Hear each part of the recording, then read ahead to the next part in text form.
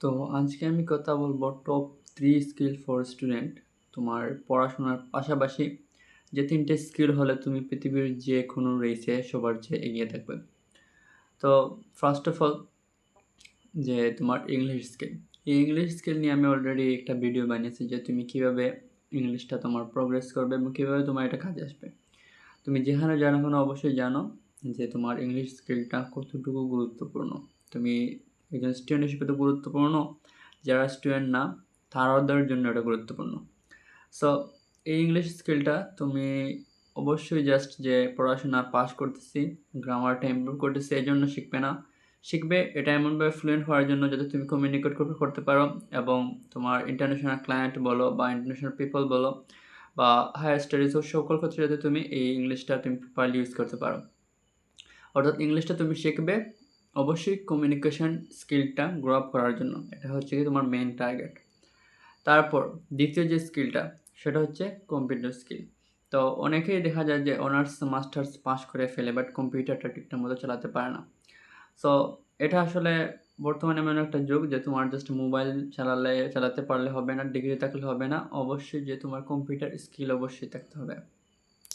তো তোমরা যারা স্টুডেন্ট আছো, আমি তো মেইনলি এসএসসি স্টুডেন্ট নিয়ে কথা বলি, তো তোমরা কখন এটা শিখতে পারো? তো অনেকের ক্ষেত্রে দেখা যায় যে এসএসসি পর কম্পিউটার কোর্সে ভর্তি হয়, বেসিক কম্পিউটিংয়ে ভর্তি হয়। সো বেসিক কম্পিউটিং শিখতে পারো, তোমরা অনলাইন থেকে শেখা যায়, আবার অফলাইনে গিয়ে কোথাও শেখা যায়।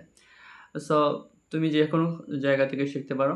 বেসিক কম্পিউটার আহামরি কিছু না, তোমার জাস্ট কিছু বেসিক কম্পিউটারের বেসিক এবং কিছু সফটওয়্যার দেখানো হয়। তোমার মাইক্রোসফট ওয়ার্ড, এক্সেল এগুলো দেখানো হয়, পাওয়ার পয়েন্টও দেখানো হয়। তো অনেকে বলবে যে এই বেসিক কম্পিউটিং শিখে কি আসলে আমরা লাইফে কিছু করতে পারবো কিনা, এগুলো কি কাজে লাগে কিনা? ডেফিনিটলি এই বেসিক কম্পিউটিংটা কাজে লাগে। আমি নিজেই মাইক্রোসফট ওয়ার্ড দিয়ে বিভিন্ন ক্লায়েন্টের কাজ করেছি। জাস্ট ওয়ার্ডের মতো একটা নর্মাল অ্যাপ দিয়ে, যেখানে মানে ওই ধরনের এটাকে অনেকে যদি স্কিলের কাতারে ধরে না, তারপরও ওই ওয়ার্ড দিয়ে অনেক ধরনের কাজ করা যায়। আমি একজন ক্লায়েন্টের কাজ দীর্ঘদিন ধরে করেছি ওয়ার্ড দিয়ে এবং এখনও মাঝে মধ্যে করি। সো অবশ্যই এই ওয়ার্ড একটা স্কিল, কম্পিউটারটা চালাতে পারাটাও একটা স্কিল। আর ওই যে হিসাব নিকাশের বিভিন্ন জিনিসপত্র আছে এক্সেলে, পাওয়ার পয়েন্টে, ওগুলো যেগুলো শেখানো হয় ওগুলো অবশ্যই তোমার অনেক কাজে আসবে। সো এই কম্পিউটার স্কিলটা অত্যন্ত গুরুত্বপূর্ণ। তোমাদের যে কোনো সময় যে কোনো সেক্টরে এই কম্পিউটার স্কিলটা অবশ্যই তোমাদের কাজে লেগে যেতে পারে আর অবশ্যই লাগে। যাই শিখবা মনোযোগ দিয়ে শিখবা। এবং কম্পিউটার স্কিল তোমরা যদি চাও যে আমরা জাস্ট কম্পিউটার স্কিল এইমাত্র বেসিক কম্পিউটার শিখবো না, অন্য কিছু শেখা প্রয়োজন, অবশ্যই অন্য কিছু শেখা প্রয়োজন। But I will say that এগুলা তোমার ভার্সিটি লেভেলে গিয়ে তোমরা শেখা শুরু করতে পারো, অথবা ইন্টার পাস করার পর শুরু করতে পারো। অবশ্যই তোমাদের স্কিল গ্রো আপ করা প্রয়োজন। হ্যাঁ, আমিও আমার আরও অন্যান্য স্কিল গ্রো আপ করার চেষ্টা করতেছি এবং করি, এবং প্রতিনিয়ত এগুলা যেহেতু আপডেট হয় আমি নতুন নতুন জিনিস শেখার চেষ্টা করি। আশা করি এগুলো কাজে লাগবে, এমনকি আমি এগুলো কাজে লেগেছেও। যেহেতু বেসিক কম্পিউটার না, এক্সট্রা অনেক স্কিলও আমি শিখেছি যেগুলো আমার কাজে লেগেছে। তারপর পরবর্তী লাস্ট যে জিনিসটা, যে 3টে স্কিল নিয়ে আমি কথা বলবো, অবশ্যই তো তোমাদের স্কিলের এবং জিনিসপত্রের শেষ নেই। আমি যে লাস্ট যে জিনিসটা নিয়ে কথা বলবো সেটি হচ্ছে গিয়ে কমিউনিকেশন স্কিল। তুমি ইংলিশ বলতে পারো, কম্পিউটার চালাতে পারো, যাই করো না কেন অবশ্যই তোমার কমিউনিকেশন স্কিলটা খুবই গুরুত্বপূর্ণ। আমি নর্মালি আমার কমিউনিকেশন স্কিলে অবশ্যই গ্যাপ আছে। ফর দিস রিজন আমি ফ্রাস্ট্রেটেড হয়ে যাই, যে কোনো কিছুতে আমি অত্যন্ত আনইজি ফিল করি।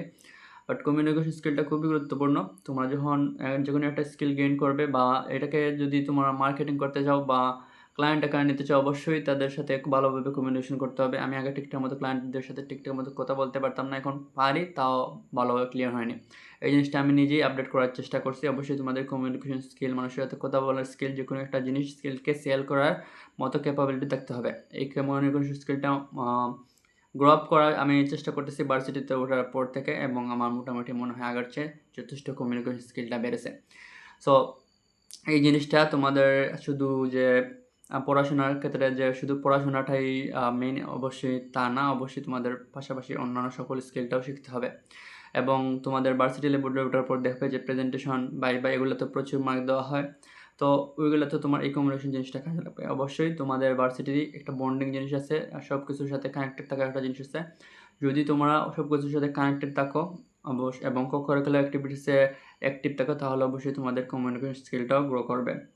সো এই 3টে স্কিল শিখলে আশা করি যে তোমরা যে কোনো জায়গায় গিয়ে আটকাবে না। এই কমিউনিকেশন স্কিলের ভেতরে আরও বিভিন্ন জিনিস পড়ে, ওগুলো নিয়ে বিস্তারিত অনেক কিছুই বলা যাবে। যেমন লিডারশিপও একটা এটার মধ্যে পড়ে, নেতৃত্ব দেওয়ার ক্ষমতা এটার মধ্যে পড়ে। তো এই জিনিসটা তোমাদের দেখবে যে তোমাদের ক্লাসের যে প্রধান আছে বা ভার্সিটির যারা যে সিআর আছে, তো তাদের মধ্যে এই ধরনের গুণাবলী দেখা যায় এবং যার কারণে তারা অনেক ক্ষেত্রেই এগিয়ে থাকে। তো অবশ্যই তুমি ভার্সিটিতে বা স্কুলে যেখানেই পড়ো না কেন, তোমাদের আমাদের স্কুল লেভেলে অনেকগুলো স্কুলে দেখা যায় যে জাস্ট বেসিক পড়াশোনা একাডেমিক পড়াশোনায় ব্যস্ত থাকে, এর অনেক কোকারিকুলার অ্যাক্টিভিটিস করানো হয় না। ফর দিস রিজন স্টুডেন্টরা অনেক ক্ষেত্রে পিছিয়ে যায়। আবার যেগুলা উন্নত স্কুল কলেজ আছে ওইগুলো খুব ভালোভাবে ট্রেন করে দেওয়া হয় এবং অবশ্যই সবসময় এই সার্টিফিকেটটা কাজে আসবে না। তোমার দেখবে না তুমি কতটুকু পড়াশোনা করো, সব কিছু এটা দেখবে না। বর্তমান যুগ জাস্ট পড়াশোনার যুগ না, অবশ্যই তোমার স্কিল হতে হবে, ইংলিশ কমিউনিকেশনে পারদর্শী হতে হবে, কম্পিউটার স্কিল হতে হবে এবং কমিউনিকেশন স্কিলে বেস্ট থাকতে হবে। সো অবশ্যই এই জিনিসগুলা আশা করি তোমাদের মাথায় রাখবে যে পড়াশোনা ইজ নট এভরিথিং। তোমার এইচএসসি পর যদি ফ্রি থাকো অবশ্যই এই জিনিসগুলো ইমপ্রুভে আশা করি ইমপ্রুভ করতে তোমরা লেগে থাকবে।